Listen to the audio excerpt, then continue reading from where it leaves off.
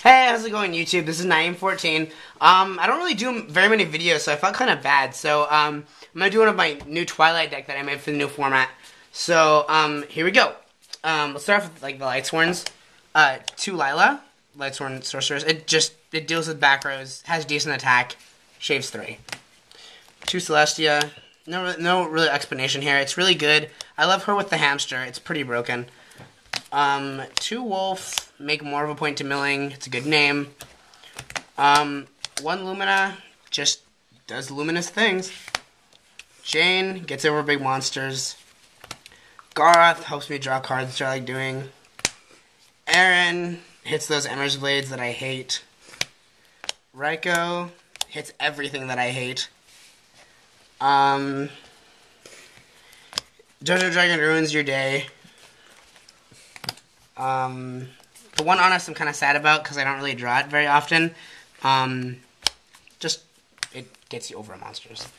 Now onto the darks. 2 Doom Caliber Knight. This card is really good. Like, I mean, obviously, like, at first glance, everyone's like, oh, the card's so overpriced, it's trash. But it's not. The card is really good. Like, when you set up like Decree Doom Cal plays, or like you just set up just whatever you want. Like Doom Cal helps you like with everything. It wrecks everything. It just wrecks everything. Of course, anyone who saw the ban list was kind of probably an exclamation point at the 3 Chaos Sorcerer. It's just an amazing card. I mean, little to no cost, you know. I've done it, like, first turn, like, they pull out, like, a first turn Stardust, or just something that they think will give them, like, ridiculous early game advantage, and then off of even a single recharge or a first turn Raiko set, I can just pull off a Sorcerer, you know, and, like, take out that warning, you know, when I want to set up a big, when I want a Celestia or JD for plus, and I know that they have a warning, or I sniff one out, I mean, it's not bad to get rid of, because, I mean, it does not take up your normal summon, and is not that big of a win condition. The card is amazing, and is pretty stupid at 3, I'll admit. 1 Dark Armed. He's really good with this guy, with Fan of Chaos. I've had late game where I've just wrecked fields with that thing. Like, being able to remove your Dark Arm and then remove your Darks Engrave is just really too amazing. You should run 3 Dark Arm. Yeah.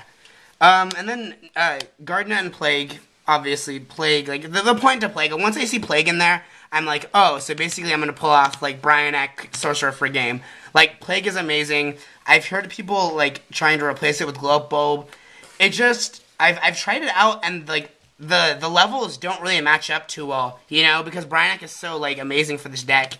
Because, I mean, obviously being able to follow it up with such awesome special summons. And then Gardna at 1, obviously, because you can only run 1. 2 Hamsters. I mean, a lot of people raise question marks when they see this, but it's so good against so many decks because, like, when they have to, like, ram into it, you know, and then getting you the Raiko, and then the Hamster Celeste play. Really, like, Hamster Celeste Decree, like, opening up with that is just, like, having the Hamster, attacking it, plussing you to the Raiko, you know, setting their cards, end phase Decree to shut down 2 back rows, you know, and then you have your Celestia. You're shaving 7 off of Raiko and Celestia, shutting down back rows, and then you still have the Hamster there as a wall at 18. So he's very good.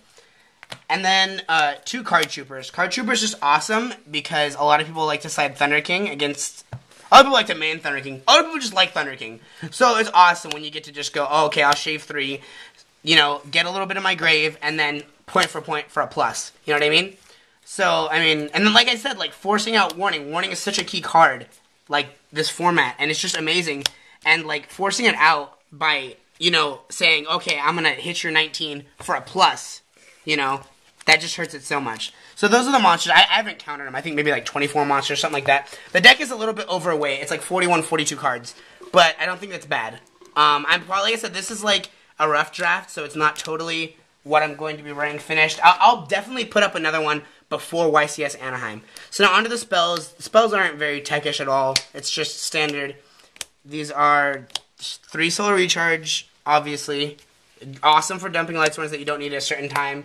And just an amazing draw card. Amazing, amazing. Way better than Cards for Black Feathers and whatever else is out there. Definitely 3 Gold Sarcophagus. This is like one of the hearts of my deck. Like, setting up awesome plays with this.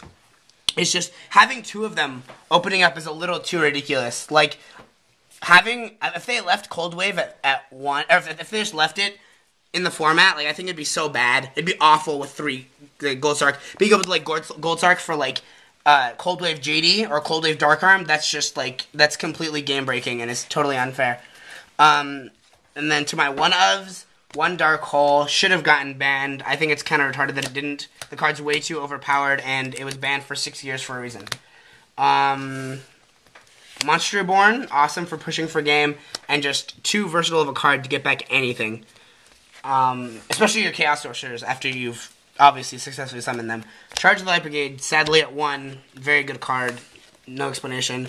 1 Pot of Avarice, most people tell me it's bad, but I mean, like, it's not awful early, but it's, like, pretty bad, because you have to obviously wait the turns to use it. But, like, late game, when you shuffle in, like, triple Sorcerer, double JD, and your opponent's just like, well, wow, you're not only plussing 1, but you're recycling retarded.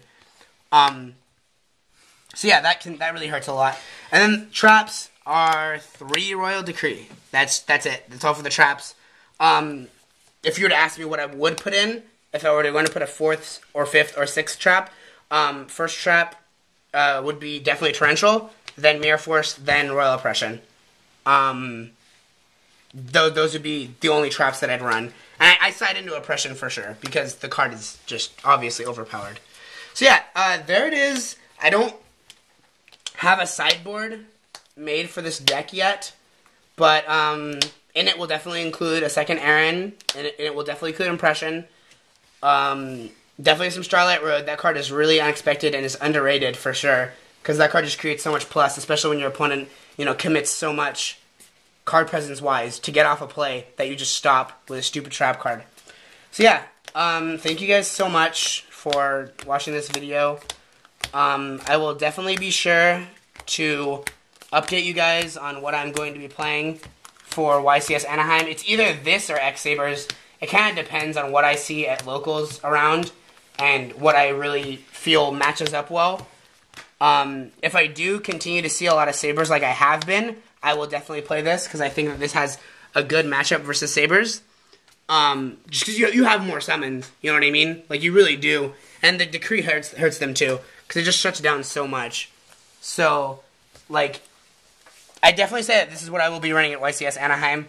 And I encourage you guys to do the same. I mean, Twilight is a bunch of fun, and the deck is pretty overpowered. Like, you can just open up so broke.